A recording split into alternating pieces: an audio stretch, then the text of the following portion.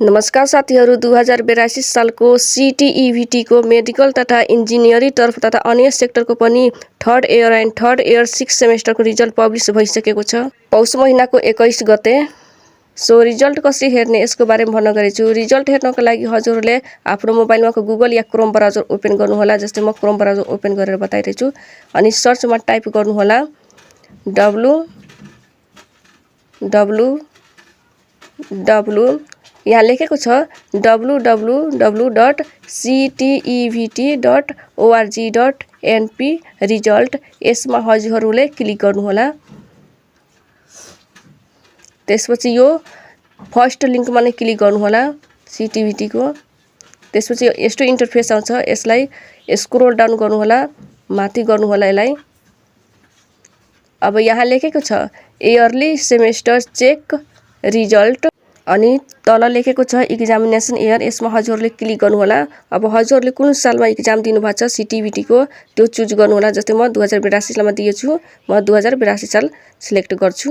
त्यसपछि अब लेभल कुन लेभलको एक्जाम दिनुभएको छ हजुरले। जस्तै म डिप्लोमा PCL दिएछु, म डिप्लोमा PCL मा क्लिक गर्छु।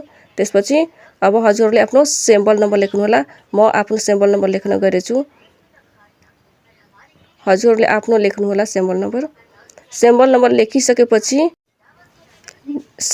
लेखिसकेपछि अब डेट अफ बर्थ लेख्नुहोला। डेट अफ बर्थ लेख्दाखेरि हजुरले यो चिन्हमा ध्यान दिनुहोला। माइनस जसो चिन्ह छ कि स्ल्यास जसो चिन्ह दिनुभएको छ। फर्स्टमा हजुरले इयर लेख्नुहोला, त्यसपछि मन्थ, त्यसपछि डे लेख्नुहोला। जस्तै म आफ्नो डेट अफ बर्थ लेखेर बताइरहेछु हजुरलाई। हजुरले आफ्नो लेख्नुहोला। जस्तै म लेखिरहेछु 2061 अनि माइनस जसो चिन्ह दिन्छु। त्यसपछि म लेख्छु 08 अनि फेरि माइनस जसो चिन्ह दिन्छु अनि 07 लेख्छु।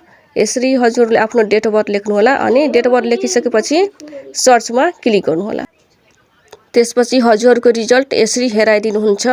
यसरी नै हजुरले CTEVT को कुनै पनि रिजल्ट हेर्न सक्नुहुनेछ। अनि यस्तै भिडियोको जानकारीको लागि मेरो च्यानललाई like, subscribe, comment and share गरिदिनुहोला। धन्यवाद। Thanks for watch my video.